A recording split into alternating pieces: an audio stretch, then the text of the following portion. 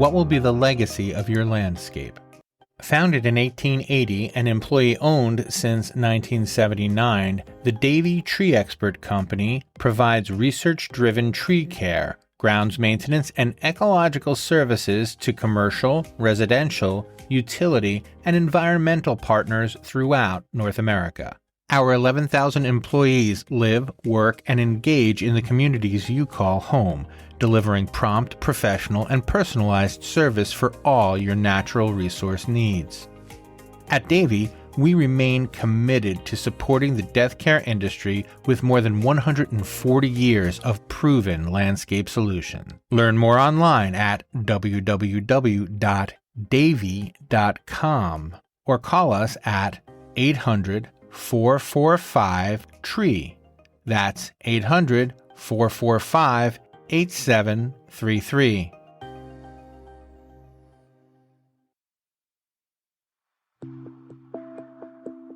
Hi, I'm Tony Russo, and this is Funeral Service Insider from Kates-Boylston. Each episode features conversations about emerging trends and news that affect the death care industry. We talk to people who understand the delicate balance of change in a profession and vocation steeped in tradition, and really not ever any more so than this week when we speak with Greg Grabowski. Greg is a partner in Hospice Advisors and, along with funeral director Lacey Robinson, recently published Engaging the Heart of Hospice, Making Funeral and Memorial Services an Extension of Hospice Care. We don't mention the name of the book, and we just call Lacey throughout, so make a note of it now, but it will also be in the show notes, and I can absolutely recommend you check it out. So many cool things that we get to talk about in this episode. As a relative newcomer to funeral service, it always surprised me that there is this kind of wall between hospice and funeral directors, and I think it should come down, and so does Greg, so at least I'm not alone. As always, make sure you stay on after the credits for the postmortem, which, in honor of the burial coming out, is going to be about Hollywood. Now, let's talk to Greg. All right.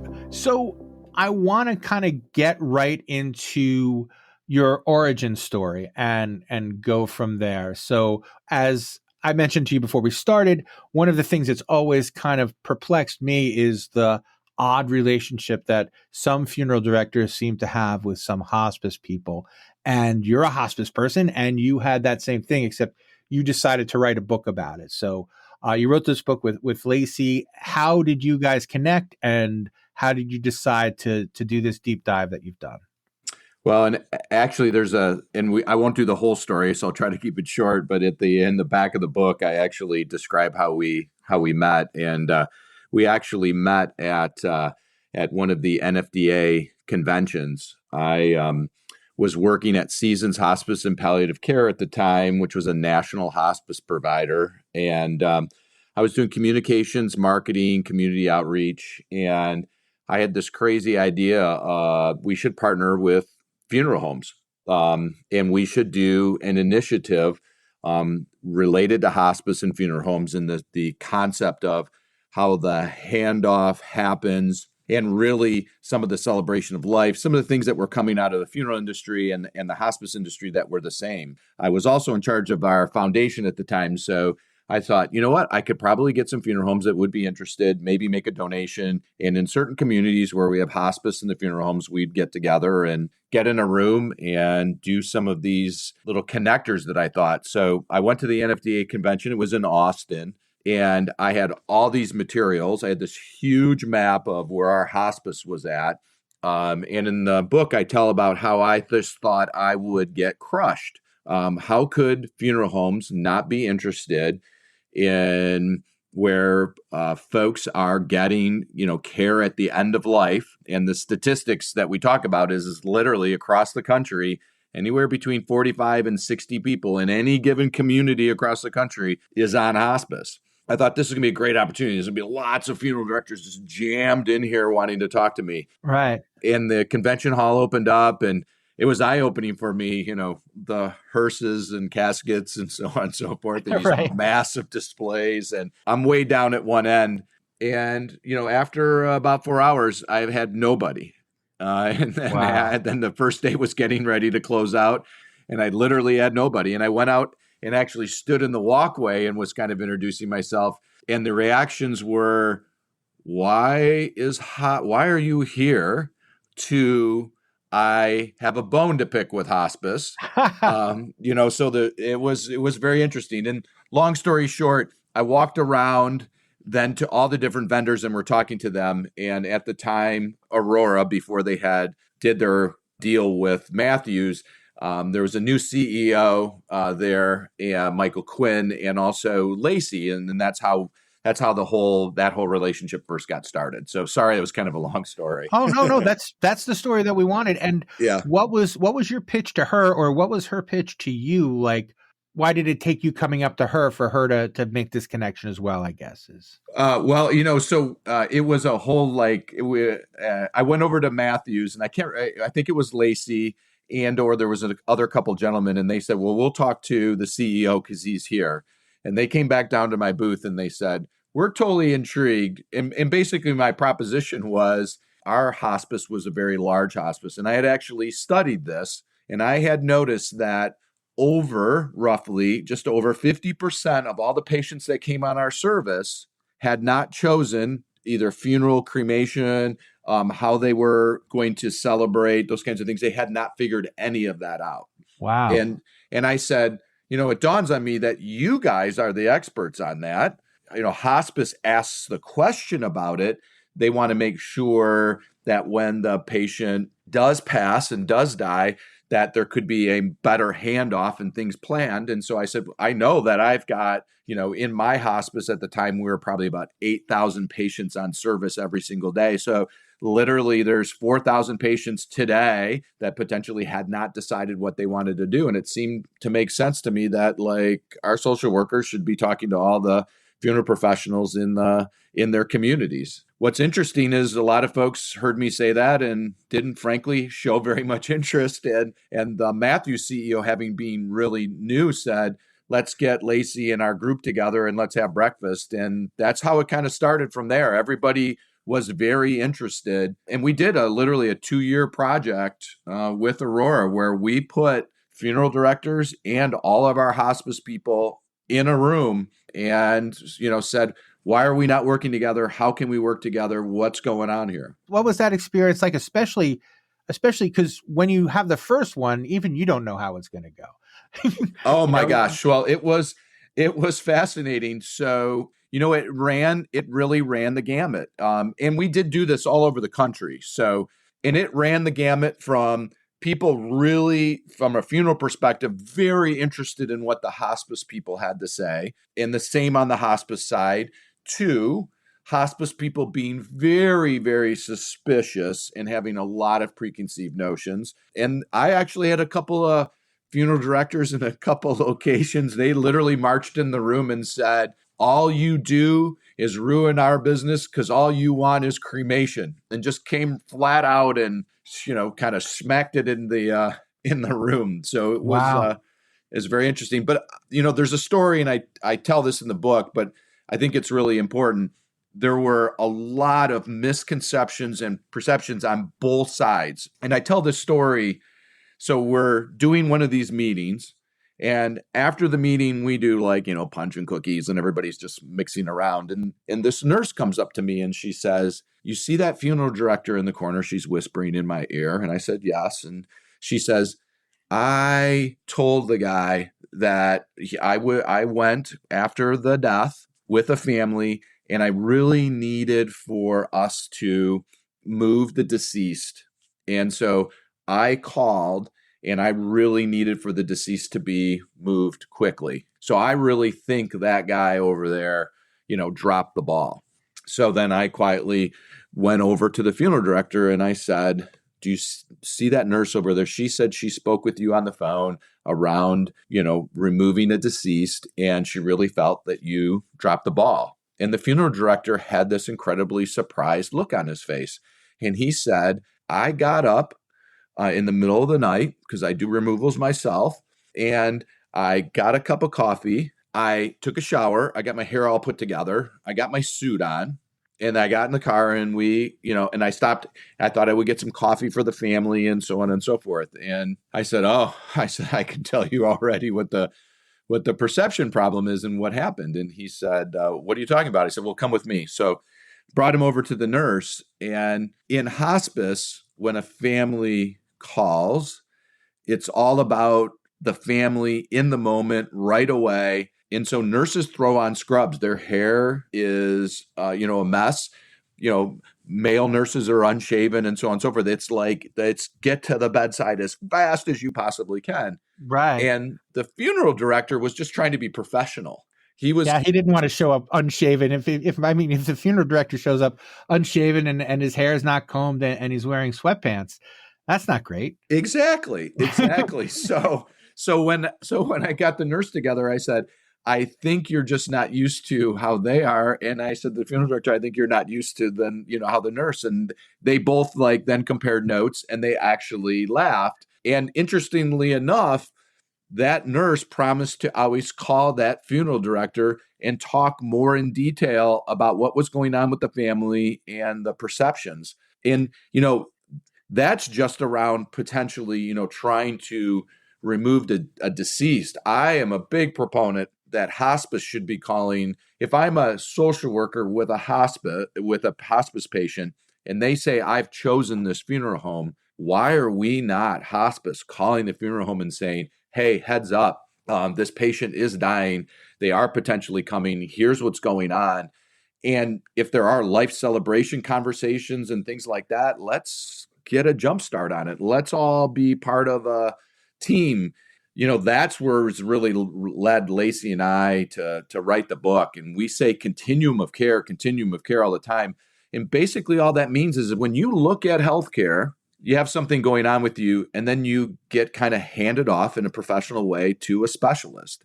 And then that specialist sees something, and maybe then you go to another specialist, or maybe you have to go to the hospital, or maybe you have to go for some kind of specific treatment. And there are all these handoffs. And in life, as you move through it, now there are handoffs to palliative care, and then from palliative care to hospice. And then, why is there not the handoff to the other group of professionals? That's why I wrote the book. We need to make this connection. And healthcare is really good about handing everything off, and everybody's marketing within healthcare to each other, saying, I have a really great service and here's why, and this is what I'm passionate about. But we don't have that at the final conclusion of end of life, which is bereavement and the celebration of life and, the spiritual components and so on and so forth. You guys know that part of the business, but we haven't made that connector. So that's why we wrote the book, is we want to see that connector. Lacey's passionate about what she does. I'm passionate about what I do. So that's how we wrote the book and why we wrote the book. What's really interesting is, the unstated is there's a financial transaction, and that somehow puts people off. But there's also, hospice isn't free. Palliative care isn't free. A hospital stay isn't free, and no one seems bothered by saying, okay, well, now we're going to send you to this place and they're going to take care of you. No one feels like hospice is, creeping in some sort of lascivious way. Hospice is just there doing their jobs, and there's a fee for the services they perform. It's not different for funeral directors to show up and say, I'm here to perform my duty. Agree. And also there's a fee. I think people sometimes may get too caught up in the perception of them looking for a sale, as opposed to the perception of them looking to do their job, just in the way that hospice and palliative care and long-term care in a hospital or whatever would do. Well, I think the irony of this, and I'll speak for just myself and my opinion related to hospice, but you're absolutely right. So hospice gets Medicare reimbursement. They do get paid for their services. It's through Medicare or private insurance, not usually private pay, but that's okay. Medicare, Medicaid, state assistance, those kinds of things. But you're right, hospice gets paid. I think the thing that's really ironic is that when hospice first started, if hospice really looks back, hospice wasn't readily accepted as part of the continuum of care. And so it took a while in the late 70s, early 80s to get acceptance. And then what do you have in the hospice industry right now? You have very professional sales and marketing people that work for hospices that are talking to referral sources, trying to convince them to recommend. And always, patients and families always have choice, and that's the same thing for you guys. Everybody always has choice, but recommend their hospice for whatever reasons. And I think the thing that's really interesting is when I talk to social workers, who are the ones, social workers and chaplains are mostly the ones that potentially talk to families, hospice families. And I say, if a funeral home was to call on you and explain to them why they do what they do, services and so on and so forth, a lot of them got turned off. And I think you're absolutely right. I think for hospice, there's a little bit of a double standard here. We're marketing. Why can we not allow funeral homes to market in the same way? And at the end of the day, there is a big, what I call why, which is the passion and why we do what we do. So I don't disagree with you. I think you're absolutely right. I think on the flip side, funeral homes have to understand where hospice is at and kind of say to themselves, we're like the hospice that's still back in the 70s and 80s.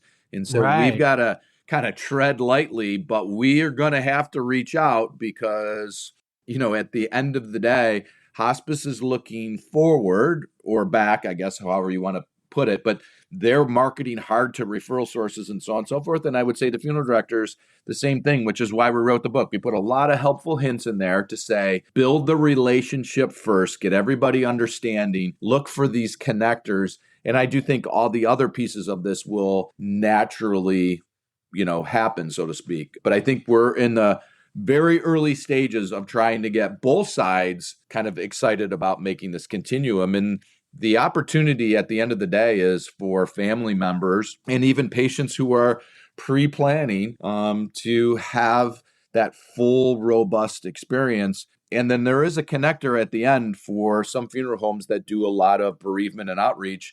Hospices, by Medicare law, has to do 13 months of bereavement, or at least offer bereavement to family members. And it would seem like bereavement and some of these other things that we talked about earlier make great early connections of how can we work on these things together. Absolutely. We're going to take just a little break because I want to talk to you about our upcoming Kates-Boylston Funeral Service Business Plan Conference in Virginia Beach, Virginia on October 24th and 25th. We will have 9 speakers discussing the latest trends, challenges, and opportunities in funeral service. You can use the promo code FSI Podcast, all one word, all caps, to register for $199, which is the lowest available ticket price. Kates-Boylston holds virtual events all year long. Our next one is Cremation Strategies, 1 to 4:30 p.m. Eastern Time, Tuesday, November 7th. It'll be a deep dive into cremation, featuring experts in the field directing us to look into the future of what has become the dominant form of disposition in the country. It's an opportunity to gain insights, ask questions, and engage in meaningful conversations. To register for both events, please visit the events section of our website, which is www.kates-boylston.com. As always, the link will be in the show notes. It is time for you to be part of these experiences. So one of the things, I want to kind of half backtrack a little bit. This idea that funeral homes have to tread lightly when they ought to tread lightly, not have to, when approaching social workers. Like, what are some of the easy ways to get that done? An easy way to make a connection there? Great question. I would say is talk about the commonality of the passion and the why, as opposed to the what. And the why is, I care about families and patients as much as you do. And I would like to see a seamless transition. And I would like to help pre-plan and or talk about life celebrations with families that I know that are coming. In some instances, just knowing certain things ahead of time can make a great transition for the patient and family. At the end of the day, that's what hospice wants. I can tell you that, and this happens in hospice too, when too much kind of salesy marketing talk happens on the front end, that's where I think things go, and it can go south for hospice talking about themselves as well. It's not, hi, I'm the funeral home and we've been in business for X amount of time and we're fourth generation and we'd like to talk about pre-planning and all these other things. And it should be more around, I have the exact same passion for families and patients as you do. We love life celebrations. We do these kinds of funerals. This is what we're great at. These are some of the different, types of funerals we've done and those kinds of things. I think that gets the collective kind of heart share juices flowing. And to your point, at the end of the day, hospice does get paid and so do funeral homes. I've cautioned social workers when I have the ability to get in front of them, and I am talking about this, I said, there's a lot to be learned, especially in your local and state. There are different laws and regulations and benefits and things that the funeral director really knows that you should be probably either introducing them or talking to families about. So there's great opportunity for you to learn there. Just this concept of really trying to link up just for a handoff, just like we get handoffs from palliative care and from other referral sources, is we really should be handing off to families and then looking for collaborative opportunities together. Yeah, but I think it's all about starting out with heart share first and foremost. And I tell funeral directors all the time, they say, well, sometimes, I'll go to if it's a nonprofit hospice, I'll go to their gala and, I'll talk with their CEO and things like that. And I would say that's fine and good and that kind of thing. But the people you really want to get in front of and work on are the social workers, the chaplains, and then I would say the after hours nurses and the nurses that, do direct care with the families. I mean, those are the people that I think you really want to spend some time with eventually. One of the things that I was really impressed with the story that I read, I don't know whose quote it is, but I don't think it matters, is this notion that funeral service should start to think of itself as part of the healthcare system, the continuum of care, as you said. And I think that COVID may have, if certainly we would rather have not had it, but given that we did have it, I think it started to help funeral directors see themselves more as part of the healthcare system than maybe they did beforehand. Mm-hmm. I think it might be an easier sell now than it may have even been 5 years ago. I agree. I think you're absolutely right. And they were very integral to everything that happened. And a lot of funeral directors had a lot of innovation and on the spot having to kind of change how they kind of did things. I can just tell you, Lacey and I were in the throes of writing the book, and I was just talking to her all the time. And to be honest with you, some of the innovation to still allow families access in different ways and the use of technology and just frankly other creative ways blew me away. And and if nothing else, to your point, for me, it was like, there's some serious heart here. This isn't necessarily a business. There is a mission and heart share on the part of funeral homes. And I think you're absolutely right. They exhibited it big time in COVID.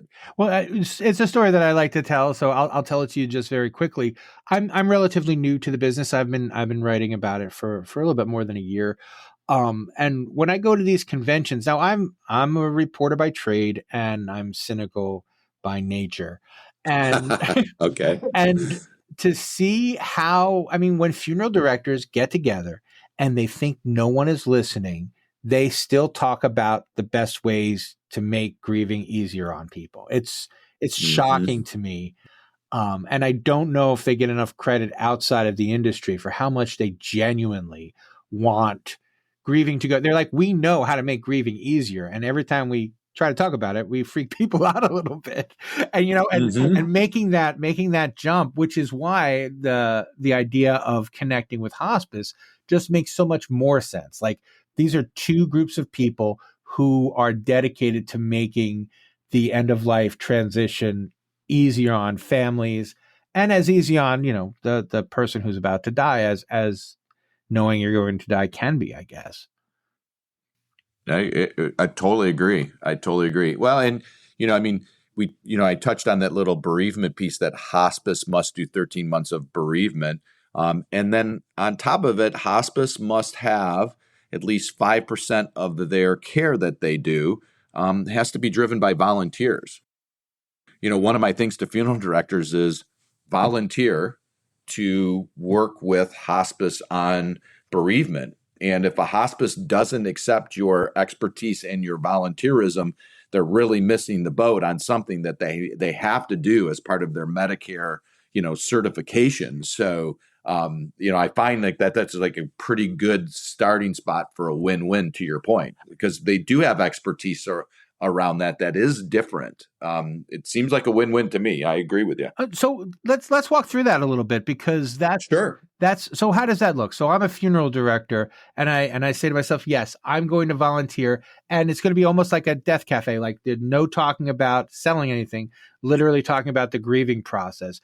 And so do I just cold call a hospice and say, I'd like to volunteer? Yeah, that's a great question. Yeah. So let's talk about that in detail. So yeah, I would say, if I was a funeral director, one of the things would be, who are all the hospices in my community? And interestingly enough, there are different resources. There's a guy by the name of Court Kessler. He's in Colorado. It's called Hospice Analytics. So your listeners can look that up, and you can contact Court, and he'll give you a list in your local area of the local hospice providers and how many patients and families they have served, and it usually does them over a quarter. And what's important about that is now you have a list. And yeah, I would call the hospice and introduce myself and ask for the volunteer manager, because every hospice has to have volunteers, and every hospice has to have somebody designated as the volunteer manager. And I would get the volunteer manager on the phone and say, I'm a local funeral provider, and I would like to volunteer, and I would like to volunteer some of my expertise that I have related to, bereavement, and get a conversation going. And if that volunteer manager is receptive, then go through the volunteer training, which will just be eye-opening for you, and basically say, I'd like to volunteer in this idea around this bereavement space. Some of the hospices are going to be, no, I only can offer you to do, X, Y, and Z with patients and families and so on and so forth. But I guarantee you will find some hospices that will say, yeah, we'd love for you to partner with us on bereavement. And I'd say that's the hospice or hospices I would lock in on. And they might talk about some other things that your funeral home or you as a funeral director that you are excited about, but that's where I would start. I can almost guarantee there'll be some hospices that are not as good about volunteerism as others, but I would almost guarantee there's going to be one or two for sure that there's going to be a click there in a positive way. And then on the flip side, if a hospice does call looking for volunteers, they're not kidding. Correct. Yes. Well, with COVID, that regulation was stopped for a little while, but now it is active again. And so part of your regulatory requirement, you have to mathematically show that you have appropriate people trained and, have all the appropriate, background checks and clearance and so on and so forth. And then they need to be actively involved in what the hospice is doing. So bereavement would seem to be, for me, make a great, opportunity, especially if you're a funeral director and you have somebody on your staff or yourself. I mean, I know hospices are always looking for, where can we do active live bereavement groups, or where can we get moderators to assist with, online bereavement groups and so on and so forth. So I think that's probably a pretty good starter.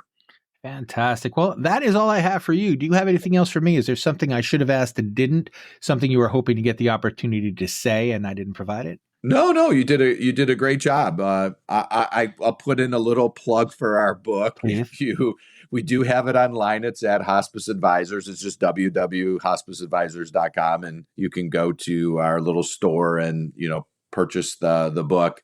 And if anybody has any interest, they can reach out to Lacey or myself. And we just look forward to getting out a little bit within the funeral industry and continuing to talk about what it is that we're passionate about, which is making this connection. So I appreciate you having me. Oh, excellent. It was an absolute pleasure. All links will be in the show notes as well. So I'll have everything linked up. And thank you for your time. What will be the legacy of your landscape? Founded in 1880 and employee-owned since 1979, the Davey Tree Expert Company provides research-driven tree care, grounds maintenance, and ecological services to commercial, residential, utility, and environmental partners throughout North America. Our 11,000 employees live, work, and engage in the communities you call home, delivering prompt, professional, and personalized service for all your natural resource needs. At Davy, we remain committed to supporting the death care industry with more than 140 years of proven landscape solutions. Learn more online at www.davy.com or call us at 800-445-TREE. That's 800-445-8733.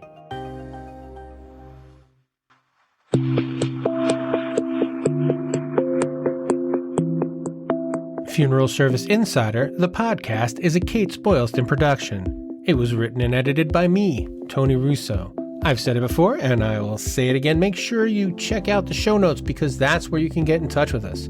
And it's also where you can find a link to register for our Funeral Service Business Plan Conference, October 24th and October 25th in Virginia Beach, Virginia. If you have any feedback you'd like to leave, as always, you can reach out to me directly. The best way to do it is to go to Kates-Boylston.com or in the show notes, click on contact, and that will give you all the information. If you want to call, you can leave me a voicemail at 732-746-0201.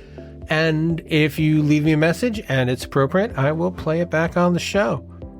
And now for the postmortem. I've actually mentioned it several times in Funeral Service Insider already, but in case you missed it, The Burial is coming out on October 13th, and it will be available on Prime to watch. Look for our coverage. I'm very excited about it. It's always kind of cool when, something niche like this is in the movies, and I think it's going to be a great movie. Other Hollywood funeral news, I guess, that broke this week is that Netflix will be running the series 6 Feet Under, starting again in November. So I expect there will be another big batch of people who see this movie and want to enter funeral service. We've done stories on people who said that they were inspired to get into funeral service when it was first aired on HBO back at the turn of the century. But I don't want to talk about Netflix, and I don't want to talk about The Burial. What I do want to talk about is the last big funeral movie, which was Bernie. For those of you who are unfamiliar with the story, Bernie Tiede killed a woman and put her in a freezer, and everybody seemed pretty happy about it, at least according to the film that came out. And Bernie actually got released and got a new trial based on the strength of the movie, it seemed. But he was reconvicted and now is back in jail, and he's suing the state of Texas because there's no air conditioning. So far, it looks like he's, if not won, at least got his point across because he was moved to a private place with air conditioning, and we will see where it goes from here. You have to love a story that just won't die. No pun intended. I can't believe I even said that. Anyway, so let's keep an eye out for The Burial and all the other fun Hollywood things we have going on. And that's it for now. I will catch you next time on Funeral Service Insider, the podcast.